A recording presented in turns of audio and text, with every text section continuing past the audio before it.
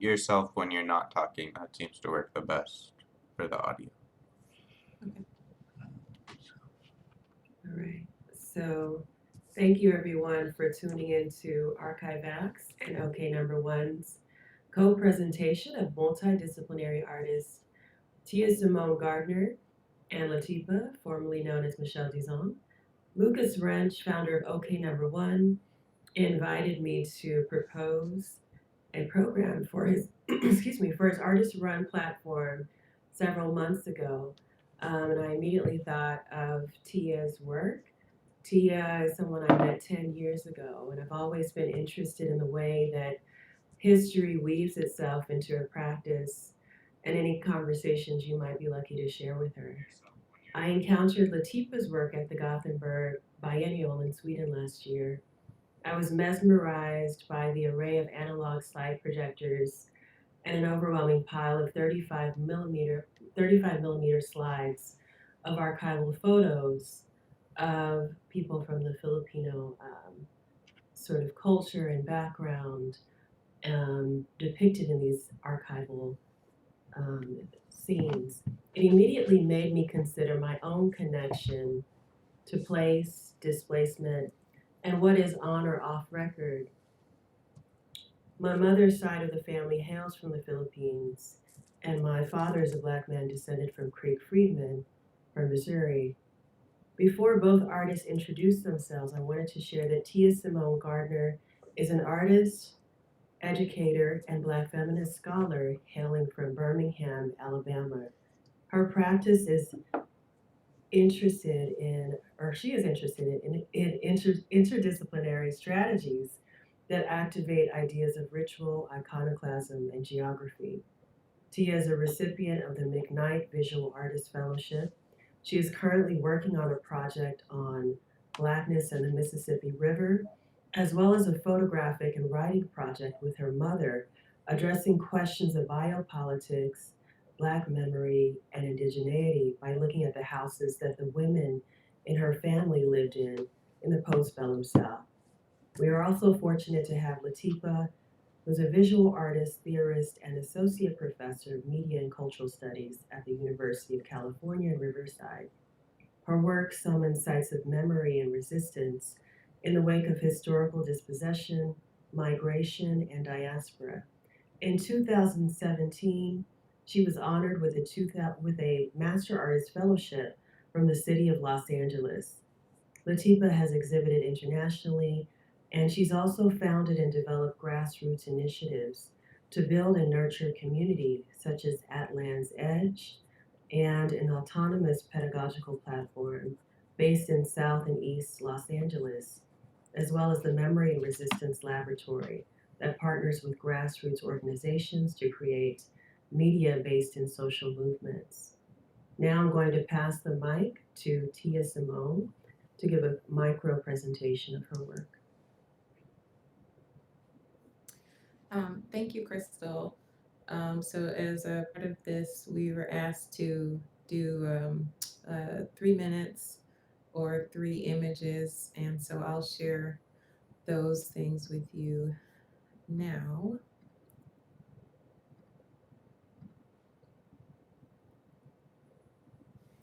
Can you see my screen okay? So as an introduction to my work, Tia, it's we're not screen shared for whatever reason. We're not screen shared. Okay, let's try that again. Okay.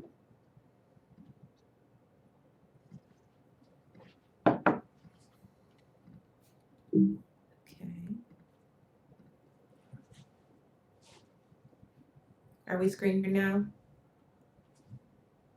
Okay. Okay.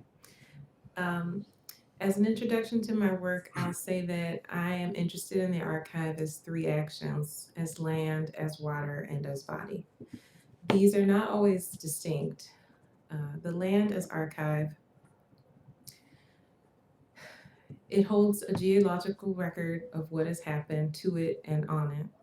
The erection of space as Black communion, a violent death, and each time we disturb the earth, intentionally or not, we add to this record. The earth, The life that grows from it, the death that it conceals, bears witness. I'm currently working on a project with my mother that looks at the place we are from, a place that was bound by a man made color line composed of earth, of trees. To think land as archive is to think about how to have an ongoing relationship with acknowledging land, that we shouldn't let the statements of land acknowledgements become in itself an act of settling. A collaborator, Monica Holler, and I are thinking about what it means to live a land acknowledgement, to create a practice of always learning and understanding where we stand, where we are, and the legacies that brought us here. Mona Smith, who is a Sisseton Wahpeton media artist, installation artist, and founder of Healing Place, brought this to our consciousness. Water is archive. The American rivers and the earth around them are an archive, a repository of lives lived adjacent to it and the capitalist extraction projects that determine their utility. In 2016, I began to look at the river, the Mississippi River, which runs 2,500 miles from Minnesota, my adopted home, to Louisiana, to the Gulf. The freshwater meets saltwater, Yamaya and Oshun. And I was interested in how to make images that allow that process of looking to extend our ability to read the environment. I first used the body camera, often used to surveil the Black body in the landscape, and turned it away from myself rather, toward the water and the soil in my present absence. Then I worked with a fabricator and collaborator to create a floating camera obscura, which you see on the right in Houston, Texas, in the Buffalo Bayou. And you'll see an image on the left that is the project that we're working on now that recreates it for the Mississippi River. And lastly, in all this work, it has been important to remember the human archive. I am currently working with some of my students to make oral histories about Black artists who live in Minnesota. These artists are not on the coast, have a long history of practice that we hope to document through their life stories. And so I believe that is my 3 minutes, and I will turn it over to Latipa. Thank you.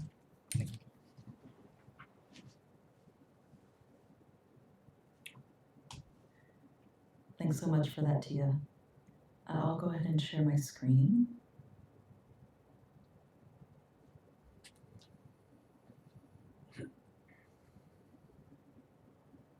Okay.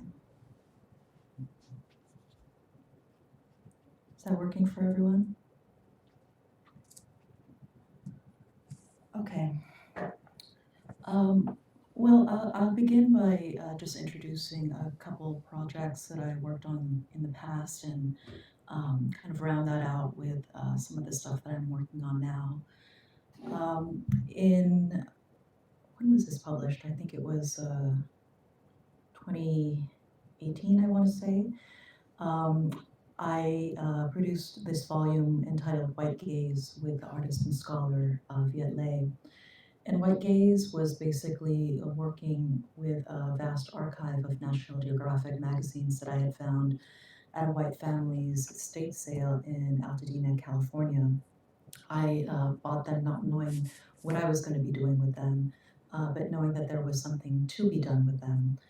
And they sat in front of my studio for about a year before I started looking through them and finding myself really attracted to images where I felt you could see the act of looking or the position of looking taking place or staged. And so I set myself certain limits with the project, mainly to only work with the page. I would extract these pages from the different volumes across the archive, which spanned from about the 1930s until the early 2000s. And with the pages that I extracted, I would basically work with whatever the text was on the page. Subtracting text in order to create a kind of counterpoint of meaning, I would argue a decolonial, anti-colonial meaning to the blatant racism that subtended most of the images that I was working with. And so, for example, this image here was actually a whole, subscription page. Like you could fill out your name at the bottom of this page and, send it into National Geographic and become a member or subscriber. But there were these words, flag of conquest, on the page. So I basically subtracted everything else from the page and left flag of conquest. And so the volume basically moves through a whole range of images from, this archive that I think so many of us are familiar with of National Geographic, to unpack the white gaze, which for me is not only the province of white people, but actually the ways in which all of us are interpolated into a certain positionality of whiteness, in which that subservience or subjugation or objectification or sexualization, in which subtends is the visuality of imperialism, we're all actually interpolated into that. And I would argue that that is actually something that extends into our present day moment in all kinds of visualities that we are exposed to in the mainstream, from human rights discourse to photojournalism. Another project I just want to introduce briefly is this one that Crystal mentioned in the introduction. And this is an installation of a project entitled The Archives Full. And this is the one that Crystal had seen at the Gothenburg International Biennale in Sweden. And the project basically works with many different registers of archives, US colonial archives, my own family's archives, internet archives, to kind of mine different spheres of representation and relationality of the Philippines and its diaspora. And so the project began for me because I had experienced all of these stories in my youth of my grandmother, my great-great-grandmother, who was named Latipa, and whose name I've taken on in order to honor her, as well as to situate my practice in kind of the vastness of intergenerational passage and both future and past. But I was trying to find an image of our hometown, Cotabato City in the Philippines, when she would have been alive, because I had heard all of these mythical stories about her, that she could walk invisible, that she would disappear for days at a time, and people would ask her where she'd been, and she would say, I've been to Mecca. That people would tend to her grave after she had died, and their lives would turn from the worst to the better. So all of these mythical stories were ones that I wanted to think about as a kind of anti-colonial counterpoint to both Spanish and US occupation, both of which she lived through. And yet when I was trying to find this image of what our town was like when she was alive, I couldn't find it in the archives of the town itself. I couldn't find it in Manila, and it was only in the US colonial archives in Washington, D.C., that I could find that. And so ultimately became a kind of reckoning for me of what it meant to engage and to find myself in that violence, I would say, and to grapple with what it would mean to reclaim these histories and these images and these relationships. And so the kind of strategy that I took in order to do that was to, in a way, provincialize that imperialism by framing these images through the correspondence of across 7 generations of women in my family. My great-great-grandmother, Latipa, and my great-great-great-granddaughter, also named Latipa, between the years 1905 and 2123.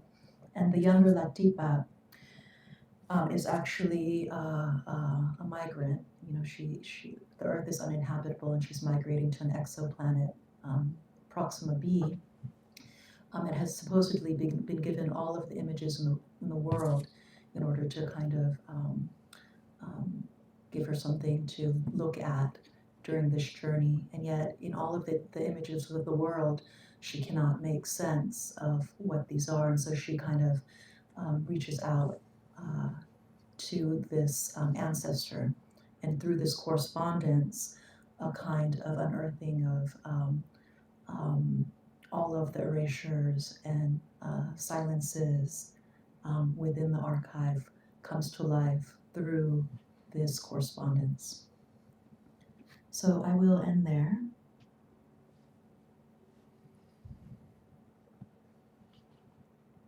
Beautiful.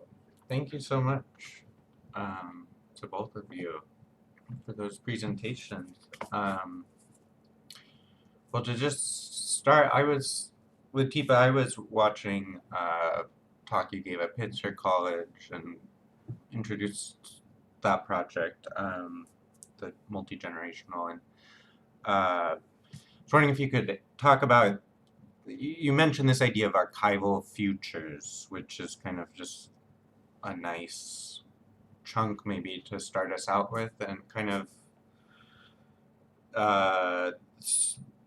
beginning with this premise that archives are violent places, or the archives are places where harm is perpetuated, and they're not necessarily sterile or just clean institutional spaces by any means. And yeah, if you could just kind of expand on that idea a little bit.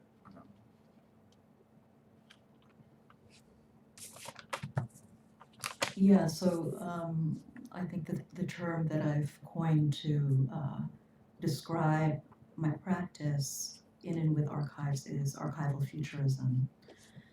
And in that concept, I think are many things. First, I would speak about the archive as a not only a kind of repository of the past and all of the relationships that took place in order to be able to accumulate those kinds of stories in that archive. And so I'm specifically, speaking about, for example, it was through the violence of occupation, right, that all of these images of people who have ancestors, and future generations in the Philippines, those future generations will never see the images of their ancestors because these images are basically imprisoned, right, in these state buildings.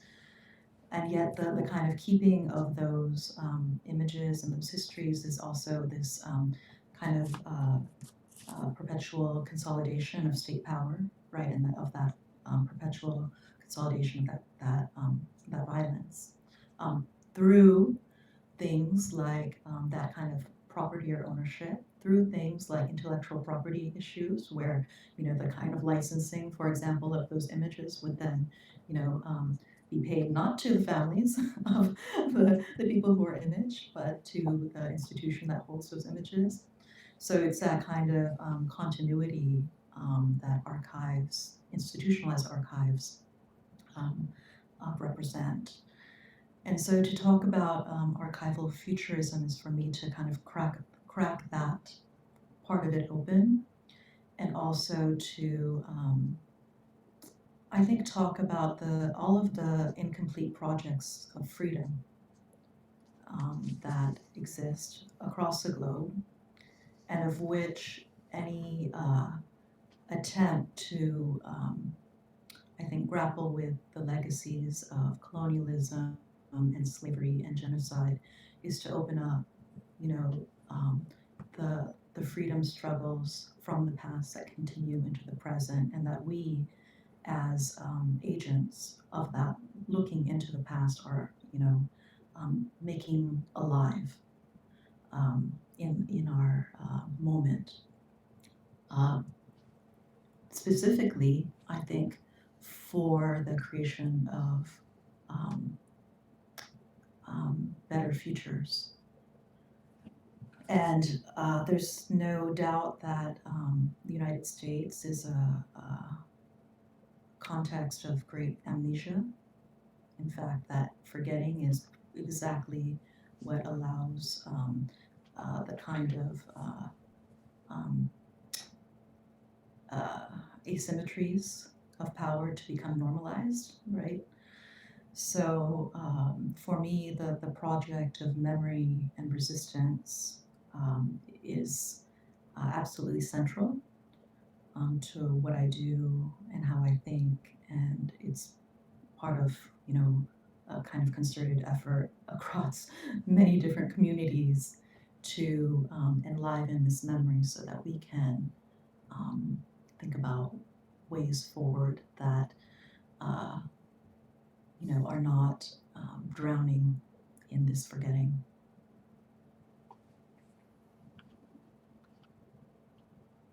Thank you.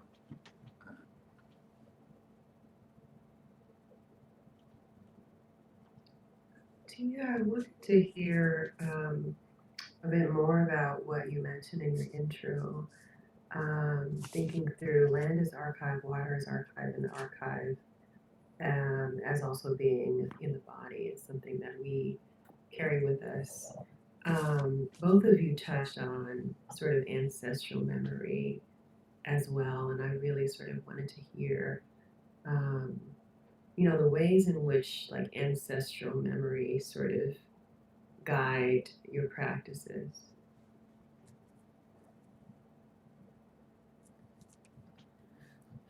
Yeah, so I guess my thinking around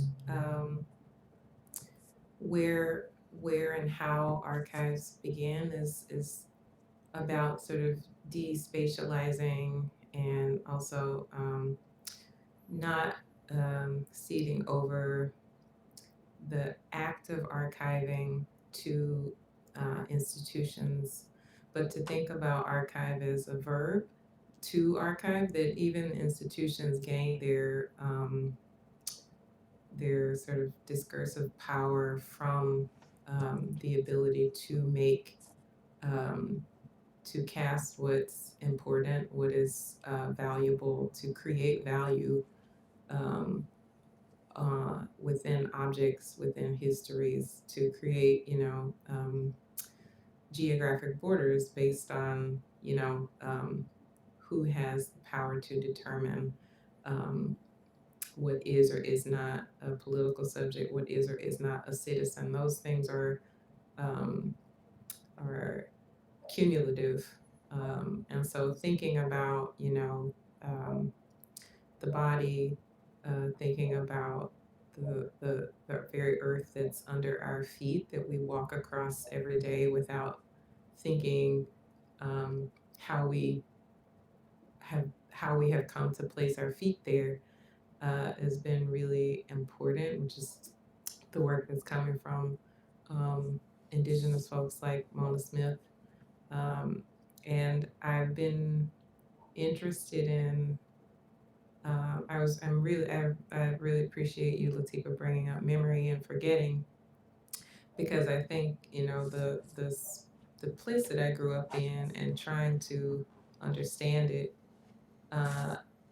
is in a place that is so oversaturated with images. Like there's a way in which um, national memory in like sort of feels like it's captured all of Birmingham because of the civil rights movement, and yet like what it was like to grow up there in the 80s, in the 90s, even in the 70s, uh, is not a part of that archive of memory, and my family uh, has forgotten a lot, somewhat intentionally, in order to survive. And so trying to figure out ways to go back and ask a question, um, looking at things like land, looking at things like architecture, have been a gentle way to open what is otherwise a really, at times, a very disturbing past. Um, and open up also like the things that were pleasant for them, having come from that place, the things that I didn't know about. Like one of the images in the first screen is of them breaking ground at the church that my grandparents built, which was right around the same time that my grandparents built their house. Um, and so like there's a part of that memory forgetting dialectic that I want to continue to tease out with my family, because there's a lot there, that sort of needs some like gentle prodding in order to open up, with them. So I'm not sure if I fully answered your question, but yeah, those are some thoughts.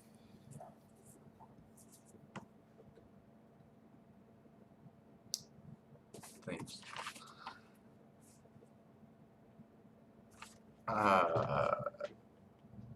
I'm thinking about, I guess I'm thinking about the idea of producing an archive versus making an artwork, and whether the impulse to want to produce, to work in that mode of an archive versus trying to make sense of all this information and form an artwork that operates in a different way. And I wonder if you could talk about that distinction between like when does it feel like the purpose is to produce a new archive, and or produce a competing archive, or continue that process, versus like the archive is the source of the material but not necessarily the end goal, or that where that form maybe loses its fails or something, or needs more, or I don't know if that makes sense.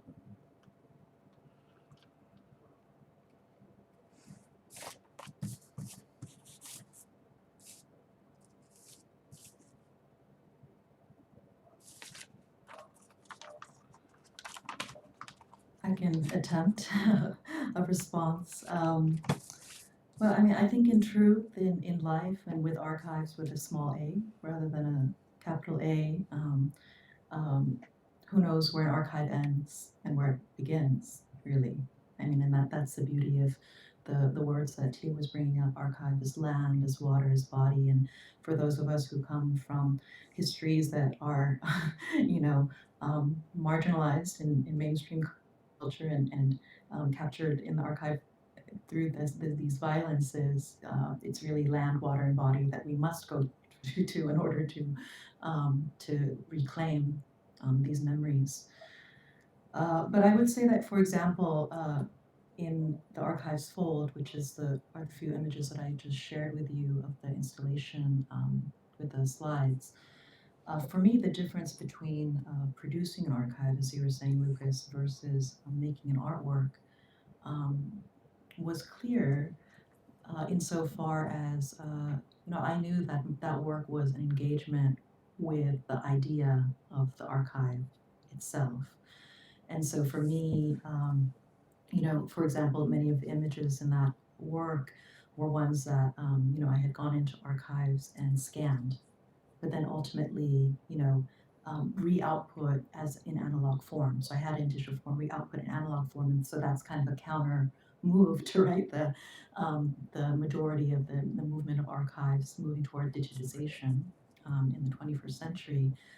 To go toward back into analog from digital for me is to talk about the finitude of an image, the materiality, its tactility, its possible obsolescence, right? I mean, already, like that slide projector is obsolescent, and yet adding to that, the fact that that light bulb is going to burn out eventually, and so that installation has a lifespan, and I'm very aware of that ephemerality, and actually, I think grasping upon that ephemerality in order to make a comment, right, about the seeming eternal eternal life of institutionalized archives, and then we could go into things like preservation, right, and air conditioning systems, and all of the ways in which these materials are the whole integrity of the idea of an institutional archive is the way that it can preserve its quote unquote collections. And yet, in my other part of my work, I'm actively involved in grassroots archives, archives that are struggling against all odds to stay alive in communities that are very vulnerable, and yet, do it in the midst of, no air conditioning, and just trying to keep these histories accessible and available for the communities who are reflected, right, in the collections. And so, yeah, I think that that is for me the work of keeping up an archive, and the kind of lack of air conditioning or systems of preservation is a part of the economic structure, right? That archive, because of the kind of ethic that they hold to the communities that they serve, have to deal with, right? But that doesn't make them any less of an archive. Whereas, when that is heard, that you could have an archive without air conditioning by, professional information systems people, it's kind of anathema.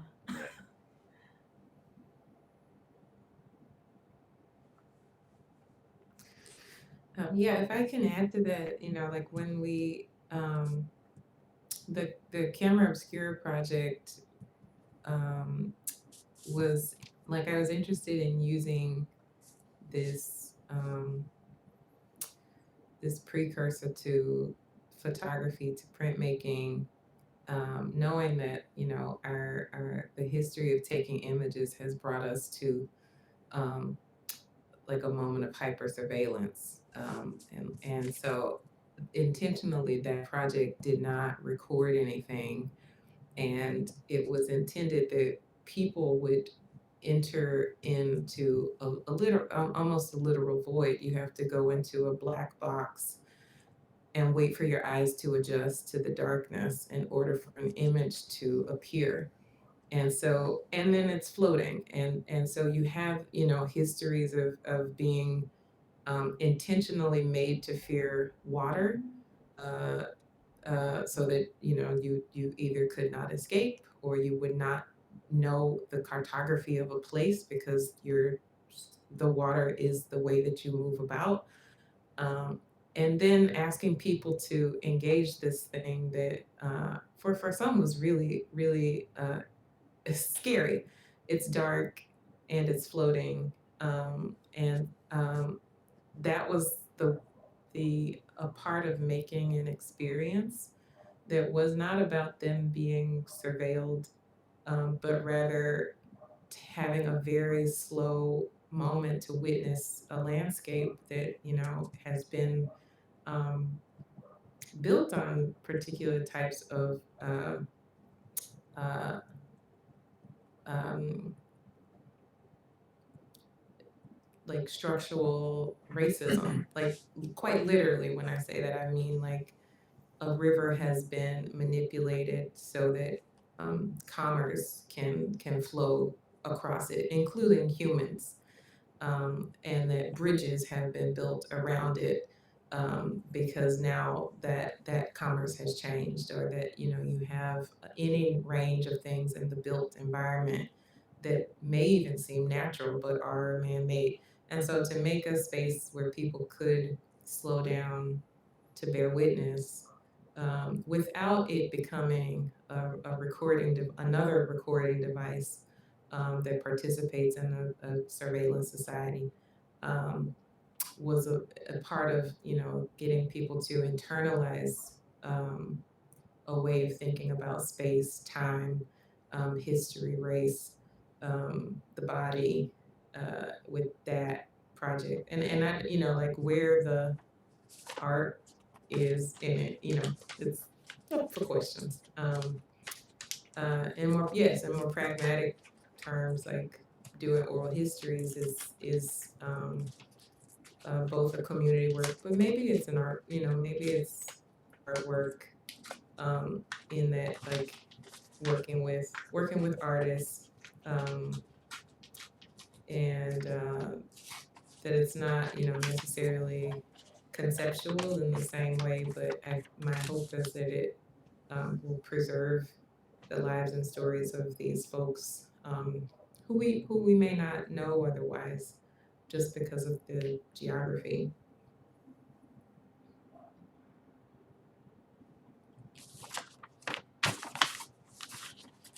Thank you for that. Just going back to that, but Tia, you're making me think about your tiny home project, which I think would be really interesting to hear about now, and think about the ways in which sort of policy has affected where we occupy space and how we occupy space. And Latifa, just kind of riffing off what Tia was just saying, I was thinking about something I heard you mention in the keynote for the Singapore Biennial. I think you were talking about sort of militant archives, and I would love to hear you elaborate on that. And I think it was is it Saluda Alagra? If you could mention and elaborate on her life a little bit for us here.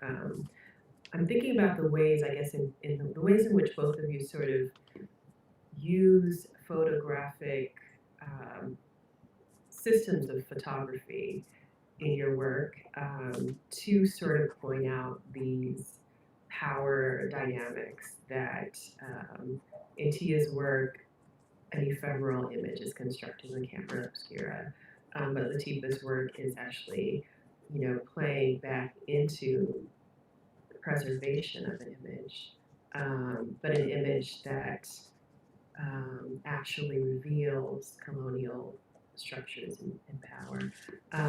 So yes, I'll leave it there.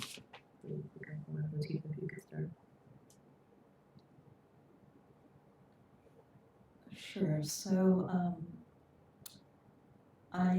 what you're referring to, Crystal, is a keynote that I gave for the 2019 to 20 Singapore Biennale, and it was entitled Militant Memories, Salud Algabre and the Project of Freedom, I think. And Salud Algabre was a Filipino revolutionary. She was a militant seamstress who was an active organizer and had staged an uprising and claim of over and against American imperialism. And she was interviewed maybe 40 years after having staged this, pretty sizable rebellion. And she was asked by a scholar if the uprising had failed. And she said, no, every uprising is a step in the right direction. And so that was the title of the Singapore Biennale, which was curated by Patrick Flores. And so I was just, trying to understand, on the one hand, this legacy of Salud Algabre's revolutionary thoughts and actions for the present, and on the other, what it means for an international art biennale to take up that statement and this figure as a kind of central organizing trope of the biennale. So where I got in that lecture was in this idea of militant memory, and before I got there, I think one of the things I was thinking about was actually an idea put forth by a Black scholar named Orlando Patterson, who writes about, in a book called Slavery and Social Death, writes about communities of memory, where for slaves, the being cut off completely from one's ancestry is a kind of alienation from which that community of memory, which is fundamental to, I guess, a kind of whole subjectivity. It's a kind of an unspoken violence, right, of that history.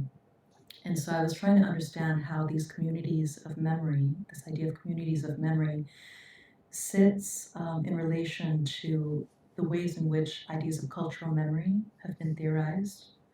For example, by Marita Sturkin, who talks about cultural memory as a kind of vying for the right narrative in the public sphere, like this like this claim to what is real over and against the stories that exist in the mainstream. But for me, Patterson's idea of communities of memory is very different than cultural memory, insofar as communities of memory are actually about how it is that communities, on the one hand, find the strength to survive and to heal and to move forward in the midst of that natal alienation. And it's not necessarily directed toward a kind of um, uh, centralized reclamation, or like it's not directed toward a central power to reclaim narrative. It's actually within communities, a kind of the stories we tell within communities to keep going. And for me, that's a kind of central pivot to a different understanding of memory that leads me into militant memory, which I understand as a kind of almost along the lines of the way that memory is often thought of as something passive, or something that can be kind of contained, right, in a life, in a past.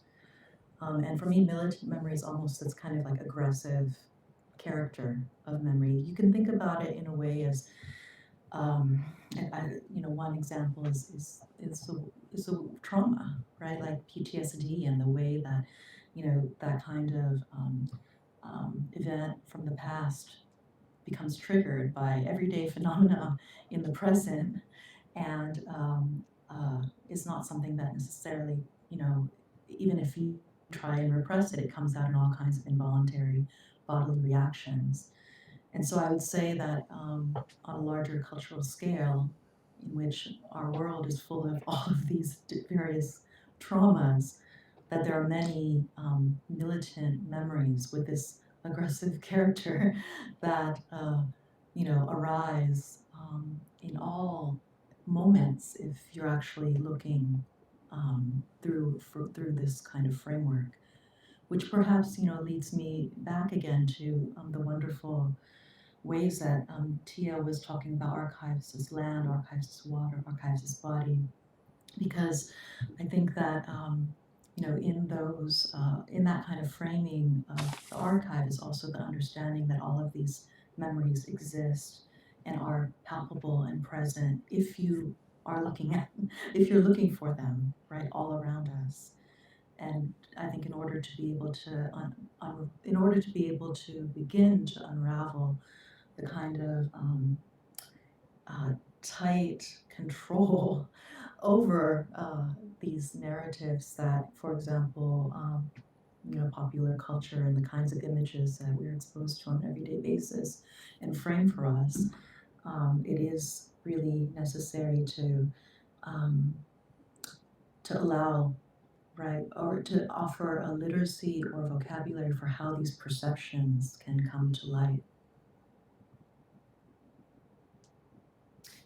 I'm so glad that you brought up Patterson, because I think that there's ways that Black, Indigenous, and women of color like just like you're talking about, have allowed us to think outside of social death, and that like that there is no there's you know, natal alienation doesn't leave us very many places to go. There's no reflexivity in it, and there's these two essays that Saidiya Hartman writes, Venus in Two Acts and Dead Book Revisited, that speak exactly to that. That you, if in the archive the things that you find are the medical treatise, the insurance record, and there is no voice for the ancestor beyond what has been written in testimony about them, then you have um, an opportunity to look outside of that, to imagine the types of bonds, relationships that they could have for us. And she starts to talk about critical fabulation. And I think that, as sort of the work that you're doing, and like thinking about Hartman, like we have in that, I think, um, a women of color feminist with critique of, the kind of inheritance that we get from archives, that we have a way to both like think about the types of unfreedom that we have inherited, and to think about the types of freedom that we can deploy still, that the death, the records of death, are also evidence in some way of life, and we can start to interrogate those things through any range of critical action, critical fabulation that our imaginations allow. So I really appreciate you bringing that into the conversation.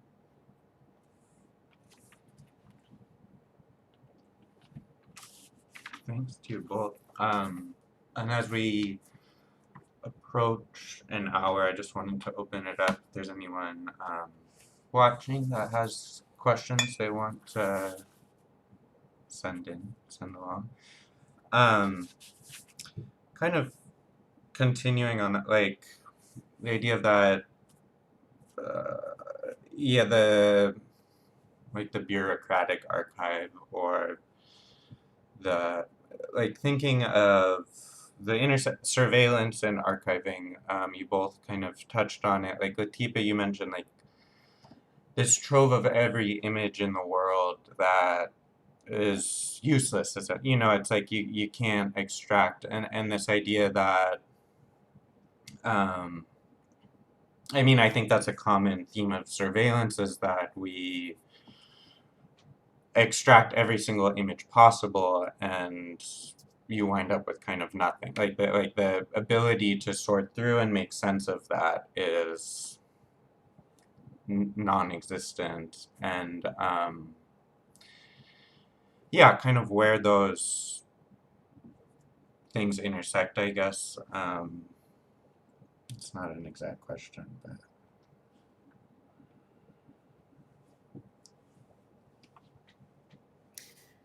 Yeah, no, I think but I think like the thing that you're talking about can lead us into like talking about data systems, right. The very data systems that enable the categorization of things and life, are built on trying to manage all of that information. And like it has been since it has been automated, like we've seen so much more forms of sort of like um, oppression emerge. Like the things that allow us to be surveilled, the things that allow us to be cataloged um, and housed and become data bodies, like have accelerated because there is this desire to manage the unmanageable. The idea that, with some sort of uh, prosthetic, one could, maximize human memory, or human memory doesn't even need to exist any longer, because everything has been captured and cataloged, and if you have, you know, the right set of, if you have the right algorithmic governmentality, you can find anything at any point, at any moment in history that you would seek.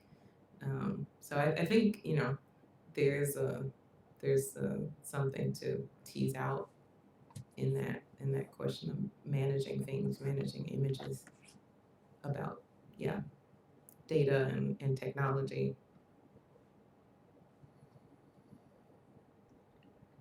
Right, and I think it also obviously brings us to AI and the kind of racist frameworks through which these images are interpreted, and also, I think into thinking about how our abolitionist movements must, frame our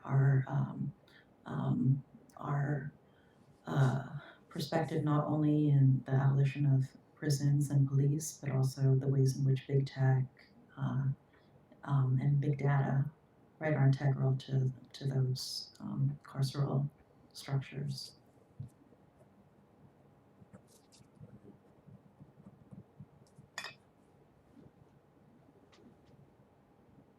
I was wondering if I know, Latipa, this is something you have worked with your students, and Tia, you're facing this with your students now in terms of questions around like ethics of in producing these records, in producing and preserving these records, um, and maybe thinking about what are some of those challenges and what are some of those strategies that have come about in the process. I think there's, I don't know, thinking through a lot of like critical listening and community listening and oral archives and the questions around consent and how we move through those questions as we sort of um, try to um, honor memory and consider the various interpretations of memory.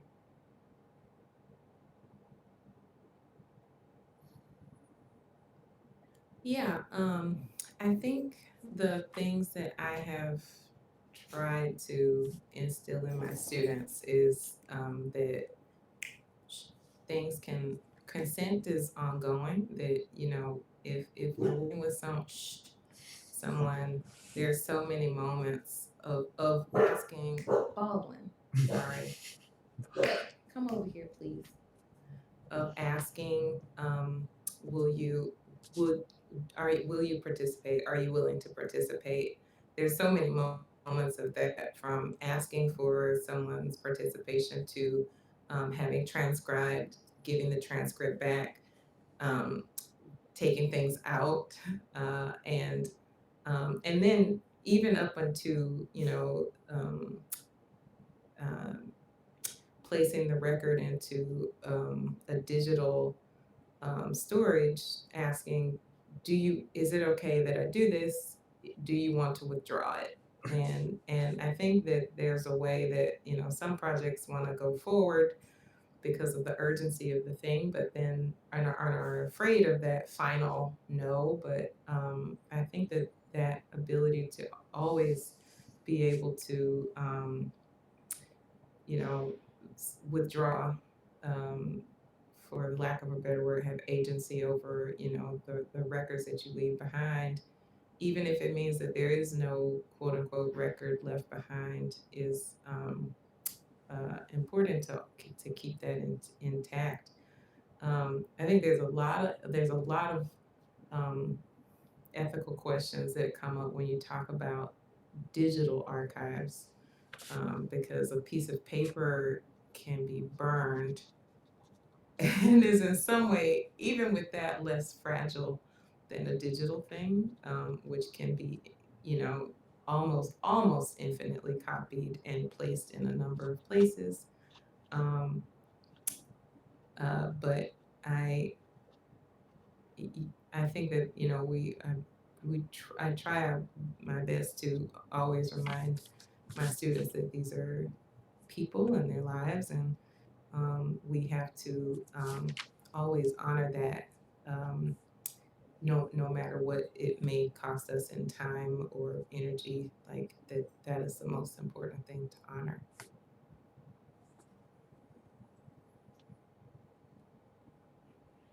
Yeah, I love the whole process you just outlined, Tia. And for myself, I am right there with you. You know, I think that in a way, many of the ways that that are normalized, that we've been taught to engage in documentary forms are completely broken to the core, right?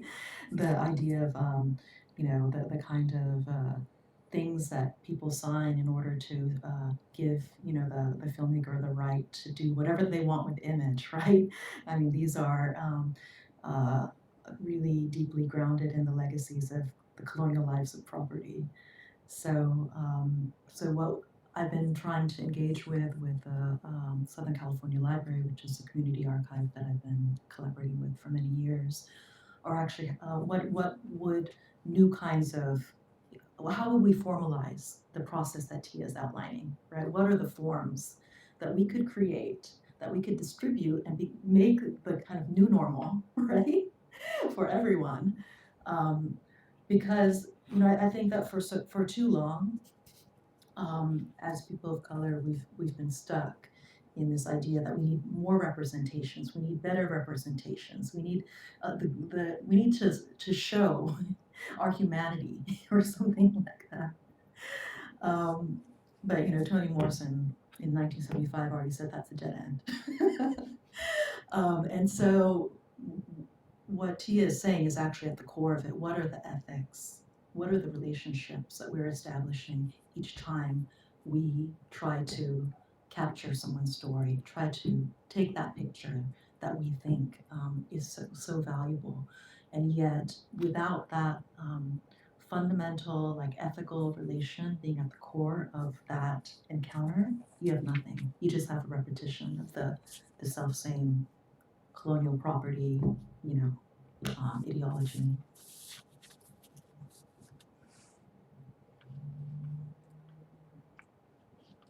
Thank you. Do we have time for a couple questions from the chat? Would that be okay? We've got, I'm gonna give them both to you and then maybe we can go. The first is, T, if you consider land and water as bodies, you separate them, but ecologically, there's obviously. And then the second question, if you can hold that in your mind, and then if you could both speak to the space in between past memory and a more militant memory, maybe active or living memory, especially as it relates to how both your own life experiences and voice aid to fill in the gaps of personal or familial archives that you work with, where silence has been used as an act of protection. From Jessica. Thank you, Jessica. And Anna. So I guess, yeah, really quickly. Yeah, I do. I think land and water, we talk about them as bodies of a body of land, a body of water. And I don't always, the thing I think is that is maybe at the core of that is that those things are not always distinct. When we talk about the body, we're usually talking about some boundary between what is and is not a part of that body, a part of that corpus. And there are places, I think what water teaches us is that, particularly along the Mississippi, and what's happening in the Gulf right now, is that land and water are not always distinct. And I think if we sort of think about the ways that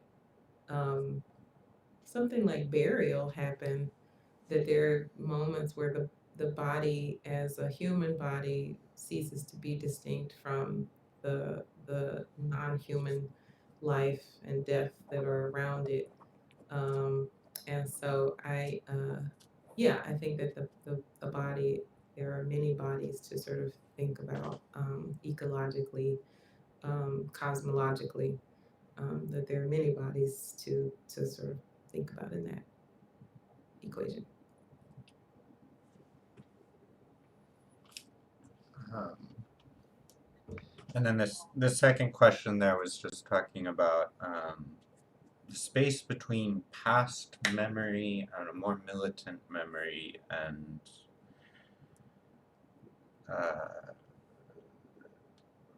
as it relates to how both your own life experiences and voice aid to fill in the gaps of personal or familial archives that you work with, where silence has been used as an act of protection. One of the main things that question brings up for me is what is it that takes place across generations?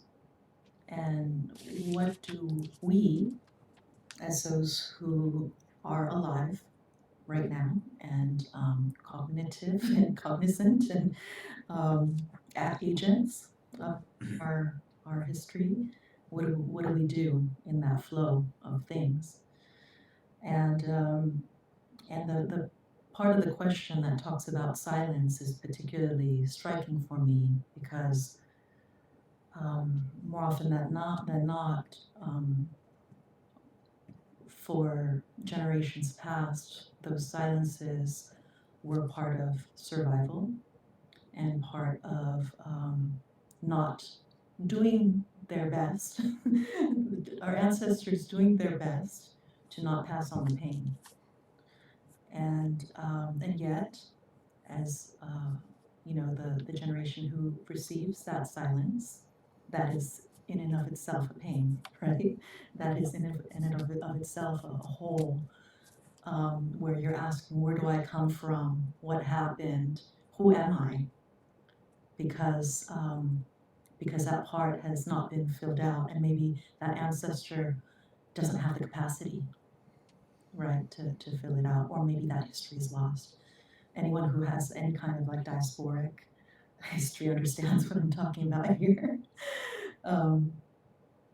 So with that understanding that silence, were it to continue onto future generations, would produce more pain. For me, it's been very important to engage in, I wouldn't say a reparative practice necessarily. Maybe the word I would use more is reclamation. Maybe in part because it can never be repaired, right? If you think about repair as fixing, like it can never be repaired. But there's this kind of facing, grappling, limbing, like this, almost this, like if you kind of go right into the heart of what's missing, you'll never get there. You always kind of have to go around it in ways that are, I think maybe where some of the art is, or maybe the kind of poetics are. And so in that reclamation is not necessarily a kind of filling up of the whole or a filling in the silence, it's actually bearing witness to it. It's like having the capacity to stay with it and to even be able to live with that whole as a part of your moving forward. And so I think that that's been the how many decades of whatever I've been doing has led me to that small wisdom that makes it, I think, easier to continue to do this work. Because if I were continually searching for that closure or that answer, I think that the impossibility of that would perhaps drive me mad. Yeah, that's really interesting to think about, Latifa. And thinking about closure, like there's something about closure that seems very mythological to me. it doesn't honor the multiple histories that we share and the multiple experiences that we have between us, despite sharing space and time, even. And so I'm interested in thinking about the way those silences can be productive and can generate the speculative that we talked about in the beginning, and can generate other avenues of sort of thinking through those absences and those holes, and how we as artists can create those sort of portals between these past events and these past people with these living histories. We are at time, unfortunately, so I'm going to let Lucas close. I want to give a big thank you to Latipa and Tia-Simone Gardner for sharing this afternoon with us. It's been a very insightful conversation that I'll come back to. Yeah, thank you so much. That was really wonderful, and thank you for that nice wrap-up thoughts, Crystal. Yeah, I just quickly just wanted to plug the last program in our series, which is going to be next Saturday at the same time at 2 p.m. And we'll be talking with Jessica Harvey and Candace Lynn, and it's called Ritual Archives. And so Tia, you mentioned burial at the end, and where the body and the land and it all comes together. And I think that's kind of the avenue we're going to be exploring in the next conversation is, where this archive intersects with these other practices that are maybe much far beyond, the limited, or what can seem like a limited term or set of ideas like archiving. And and then lastly, we'd like to thank our sponsor, the Oklahoma Visual Arts Coalition, for sponsoring this talk, and which reminds me, I need to message both of you for your payment info. But thank you very much. I think that's it for me. That was really wonderful. Thank you. Thank you, everyone.